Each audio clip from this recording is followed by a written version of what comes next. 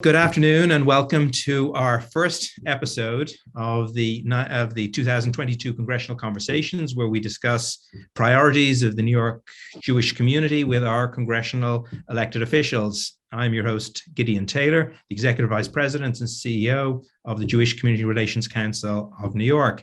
Today, we are very excited indeed to be joined by a longtime friend of JCRC, Congressman Adriano Espaillat. He's a member of the House Committee on Appropriations and the House Committee on Education and Labor, as well as co-chair of the Latino Jewish Caucus. In Congress, he represents New York's 13th district, which covers Upper Manhattan and the Western Bronx. Welcome, Congressman. It is wonderful to have you with us. And you're a longtime friend of JCRC. You know us well. Maybe just you could share just in a minute or two for those who don't know you, just a little bit of your background, because it's such a compelling personal story and we know it, but maybe some of our viewers don't. Well, I'm an immigrant from the Dominican Republic, came to Washington Heights at the age of 9.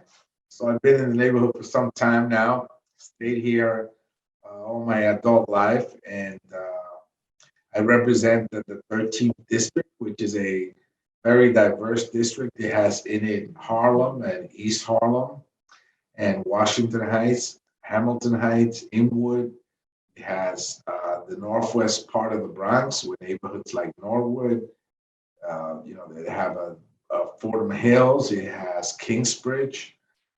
So it has a bunch of great diverse neighborhoods, and in it, of course, great Jewish communities, right?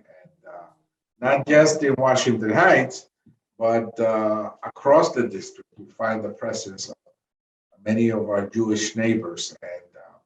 And I think that the diversity of the district is really the strength of the district. So I'm very proud to serve and also have the opportunity in Washington to co-chair the Latino Jewish Caucus. Excuse me. So, look, thank you. And yes, I know the district. I live not very far away and often had the opportunity to be there. And it is just such a wonderful, it's just so typical of the wonderful diversity of New York. As you know, I'm also originally an immigrant and just so love the diversity that our city has and that your district has. So the first issue I just wanted to sort of put on the table, one of concern, obviously to the Jewish community, but to all New Yorkers, which is the rising gun violence and the recent events with the deaths of 2 NYPD officers.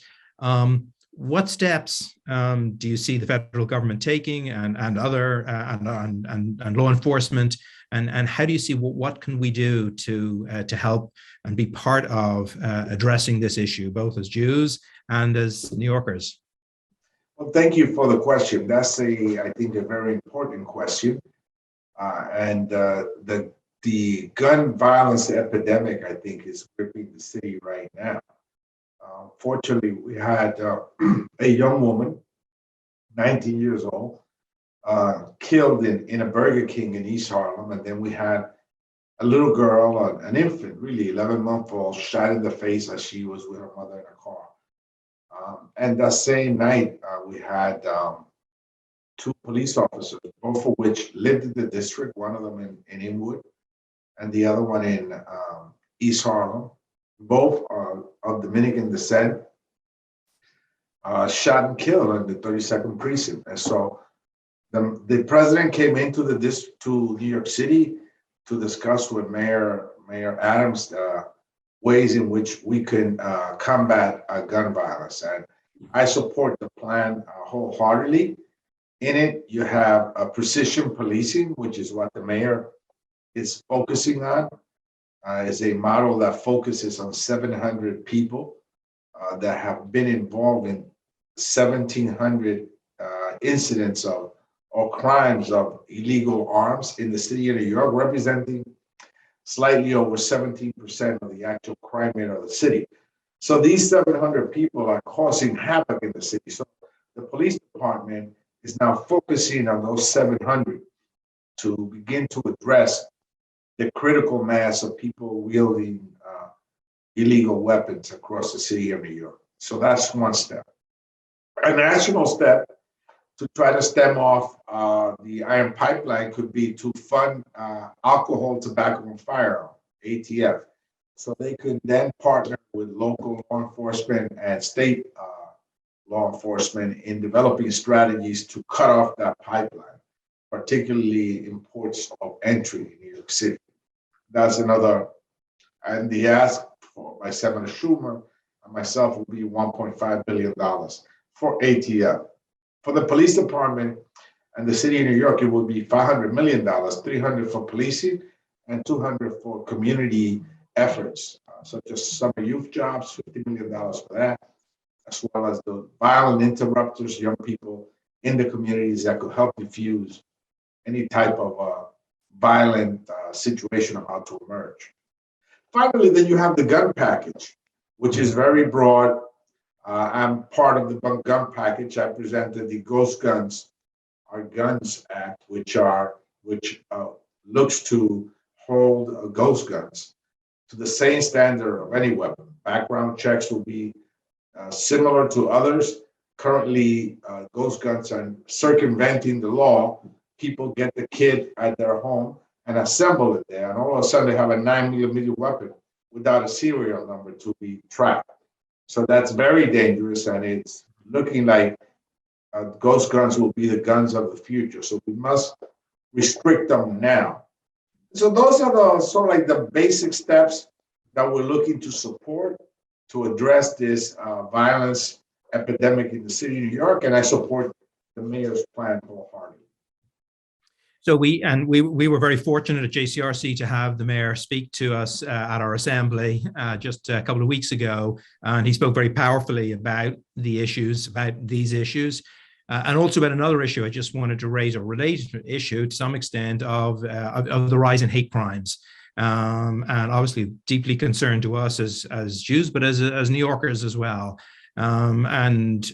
Ranging from steps and actions that are happening here on our streets of hate crime and the events in Colleyville in Texas, obviously to such an extreme, are causing so much pain and concern for our community. And I think for all people who are concerned about the protection of places of worship and places of communities of faith. So one of the important steps that you've been engaged in, your role on the caucus as co-chair of the Latino Jewish Caucus, has been so important. And we've had, as JCRC, I know with you, so many dialogues and been in discussion with you on this. The issue about funding for the security, the federal government has played such an important role. And there is this proposal to increase the nonprofit security grant program.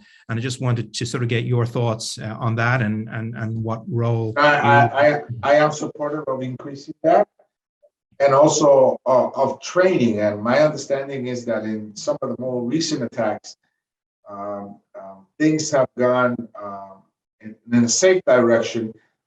And partly because people were trained and they had the tools to be able to respond to that crisis. But in addition to that, I think there are to be greater security measures taken by non-for-profits and houses of worship to protect them and to ensure that they also those measures act as a deterrent. That people know that they cannot engage in this type of action in a synagogue, in a church, in a temple, because they will have the security measures there to prevent anything from happening. So I look forward to continuing to work with the JCRC in that endeavor and making sure that this hate crimes wave across the country, particularly impacting the Jewish community, is sort of like nipped at the bud. We stop it from really spreading out of control.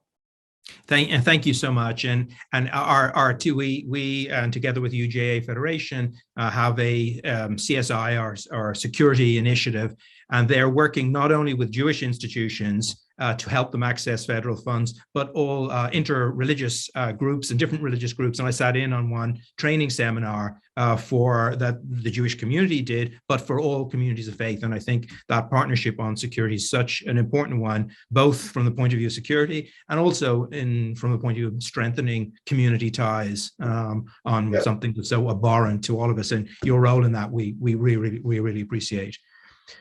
If I might turn for a moment to Israel. So we learned that you're lucky, we're envious, heading off to Israel in a few weeks. And in your role as a member of the House Appropriations Committee, you've been to Israel before, you know Israel. Can you just give us a sense of what you expect to see, what you're hoping to learn, what you're hoping to take away from this visit? I've been to Israel several times, but I haven't gone as a member of Congress yet. So this will be my first time visiting as a member of Congress. And I know that part of the trip, of course, is not just to be with the leaders of the Knesset, the Prime Minister, and folks like that, but also to take a look at the Iron Dome and to see what it does to protect the state of Israel and the kind of funding that it needs to be upkept. And to visit communities too. I think it's so important that we take time to have a dialogue with average families and to listen to them and hear them out. I think so. I'm looking forward to it. Yes. Terrific. And, you know, the connection with the Dominican Republic is, you know, it goes back so far, as you know. And in my previous career, I worked with a group called the Joint Distribution Committee, which was responsible for the settlement in Sosua, where Yes. Jews during the Holocaust, as you know, received incredible shelter. And in fact, when I was a young employee at the organization, I was involved with dealing with some legacy issues from that time. And I remember going into the archives as a very young staffer there and reading about, and I'd heard the name, but I didn't know anything about it. And to see that living history, and I think that connection speaks volumes. You know, it goes back a long time. Well, we had with the former DA Morgenthau, we had a great, and other elected officials, we had a great exhibit at the Holocaust Museum called Sosua Island Paradise. And so a lot of the artifacts and history of that experience were brought to New York City, and it was a wonderful exhibit, and many New Yorkers really benefited from the story, which is how a small island country opened its doors to folks that came fearing death and the Holocaust, and how it became really a model for the rest of the world. And so I'm very proud that it happened in my home country, and that there is that bond that links us together, both the state of Israel and the Dominican Republic.